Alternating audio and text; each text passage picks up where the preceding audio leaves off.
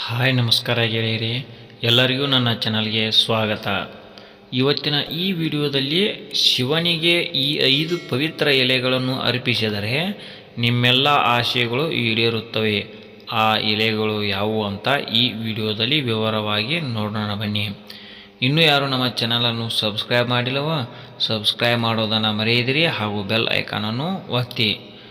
ಆ 5 ಎಲೆಗಳ ಹೆಸರು ಗೊತ್ತಾಗಬೇಕಾದರೆ ನೀವು ದಯವಿಟ್ಟು ಈ ವಿಡಿಯೋವನ್ನು ಕೊನೆಯ ತನಕ ನೋಡಿ.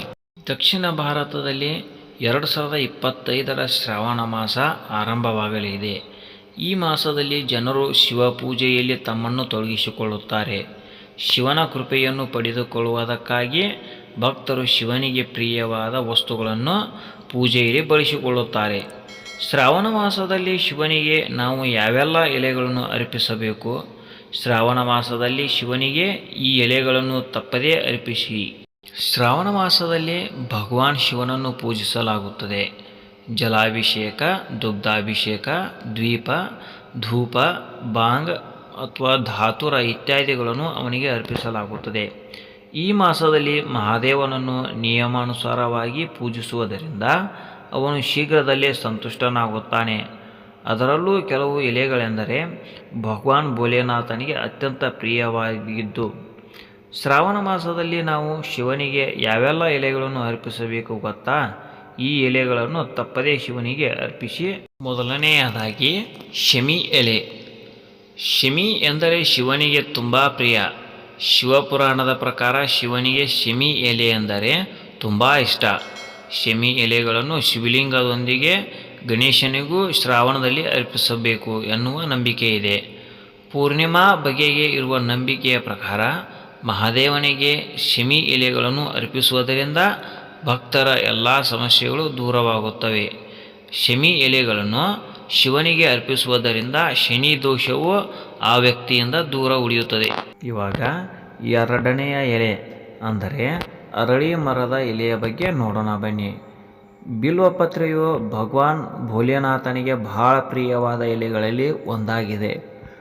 ಆದರೆ ಸೋಮವಾರದಂದು ಭಗವಾನ್ ಶಿವನಿಗೆ ಅರ್ಪಿಸಲು ನಿಮಗೆ ಬಿಲ್ವಪತ್ರೆ ಸಿಗದೇ ಇದ್ದರೆ ನೀವು ಅರಳಿ ಮರದ ಎಲೆಗಳನ್ನು ಸಹ ಶಿವನಿಗೆ ಅರ್ಪಿಸಬಹುದು. ಶ್ರಾವಣ ಮಾಸದಲ್ಲಿ, ಅದರಲ್ಲೂ ಶ್ರಾವಣ ಅಮಾವಾಸ್ಯೆಯ ದಿನದಂದು ದೇವಾದಿದೇವ ಮಹಾದೇವನಿಗೆ ಅರಳಿ ಮರಗಳ ಅರ್ಪಿಸಿ ಶಿವ ಪೂಜೆಯನ್ನು ಮಾಡುವುದರಿಂದ ಜನರ ಎಲ್ಲ ಕಷ್ಟಗಳು ದೂರವಾಗುತ್ತವೆ ಎಂಬ ನಂಬಿಕೆ ಇದೆ. ಇವಾಗ ಮೂರನೆಯ ಎಲೆ ಅಂದರೆ ಧಾತುರದ ಎಲೆಯ ಬಗ್ಗೆ ನೋಡೋಣ ಬನ್ನಿ. ಧಾತುರದ ಹಣ್ಣು ಮತ್ತು ಅದರ ಎಲೆಗಳೆರಡೂ ಶಿವನಿಗೆ ಬಹಳ ಪ್ರಿಯ. ಭಗವಾನ್ ಭೋಲೆನಾಥನಿಗೆ ಅರ್ಪಿಸಲು ಧಾತುರ ಹಣ್ಣುಗಳು ನಿಮಗೆ ಸಿಗದಿದ್ದರೆ ನೀವು ಅದರ ಎಲೆಗಳನ್ನು ಶಿವಲಿಂಗಕ್ಕೆ ಅರ್ಪಿಸಬಹುದು. ಇದು ಕೂಡ ಭೋಲೆನಾಥನನ್ನು ನಮ್ಮ ಪೂಜೆಯಿಂದ ಸಂತುಷ್ಟಗೊಳ್ಳುವಂತೆ ಮಾಡುತ್ತದೆ. ಇದು ನಿಮಗೆ ಶಿವನ ಆಶೀರ್ವಾದವನ್ನು ಪಡೆಯಲು ಸುಲಭವಾಗಿ ಸಹಕಾರ ನೀಡುತ್ತದೆ. ಇವಾಗ ನಾಲ್ಕನೆಯ ಎಲೆ ಅಂದರೆ ಭಾಂಗ್ ಎಲೆಯ ಬಗ್ಗೆ ನೋಡೋಣ ಬನ್ನಿ. ಭಗವಾನ್ ಶಿವನ ಅಭಿಷೇಕದಲ್ಲಿ ಭಾಂಗ್ ಅನ್ನು ಬಳಸುವ ಸಂಪ್ರದಾಯವಿದೆ. ಇದರೊಂದಿಗೆ ನೀವು ಶಿವಲಿಂಗದ ಮೇಲೆ ಗಾಂಜಾ ಎಲೆಗಳನ್ನು ಸಹ ಅರ್ಪಿಸಬಹುದು. ಇದರಿಂದ ಮಹಾದೇವನಿಗೆ ಸಂತೋಷವಾಗುತ್ತದೆ. ಶುದ್ಧ ಮನಸ್ಸಿನಿಂದ ನೀವು ಭಾಂಗನ್ನು ಬಳಸಿ ಶಿವನನ್ನು ಪೂಜಿಸುವ ಮೂಲಕ ಶಿವನು ನಿಮ್ಮ ಜೀವನದ ಪ್ರತಿಯೊಂದು ಆಶೆಯನ್ನು ಪೂರ್ಣಗೊಳಿಸುತ್ತಾನೆ. ಇವಾಗ ಐದನೆಯ ಎಲೆ ಅಂದರೆ ಕೊನೆಯ ಎಲೆ ದುರ್ವಾ ಹುಲ್ಲಿನ ಬಗ್ಗೆ ನೋಡೋಣ ಬನ್ನಿ. ಹಿಂದೂ ಧಾರ್ಮಿಕ ಗ್ರಂಥಗಳಲ್ಲಿ ದುರ್ವಾ ಮಹತ್ವವನ್ನು ಅದ್ಭುತವಾಗಿ ಹೇಳಲಾಗಿದೆ. ನಂಬಿಕೆಗಳ ಪ್ರಕಾರ ದುರ್ವಾವು ಅಮೃತದಂತೆ ಕಾರ್ಯನಿರ್ವಹಿಸುತ್ತದೆ.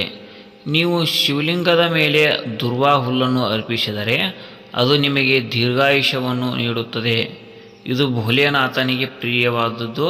ಇದನ್ನು ಎಲ್ಲ ಪೂಜೆಗಳಲ್ಲಿ ಬಳಸಲಾಗುತ್ತದೆ. ನಿಮಗೆ ಈ ವಿಡಿಯೋ ಇಷ್ಟವಾಗಿದ್ದರೆ ಲೈಕ್ ಮಾಡಿ ಹಾಗೂ ಇತರರಿಗೂ ಶೇರ್ ಮಾಡಿ. ಇನ್ನೂ ಇಂತಹ ಉಪಯುಕ್ತ ವಿಡಿಯೋಗಳಿಗಾಗಿ ನಮ್ಮ ಚಾನಲನ್ನು ಸಬ್ಸ್ಕ್ರೈಬ್ ಮಾಡಿ ಹಾಗೂ ಬೆಲ್ ಐಕಾನನ್ನು ಒತ್ತಿ. ಧನ್ಯವಾದಗಳು.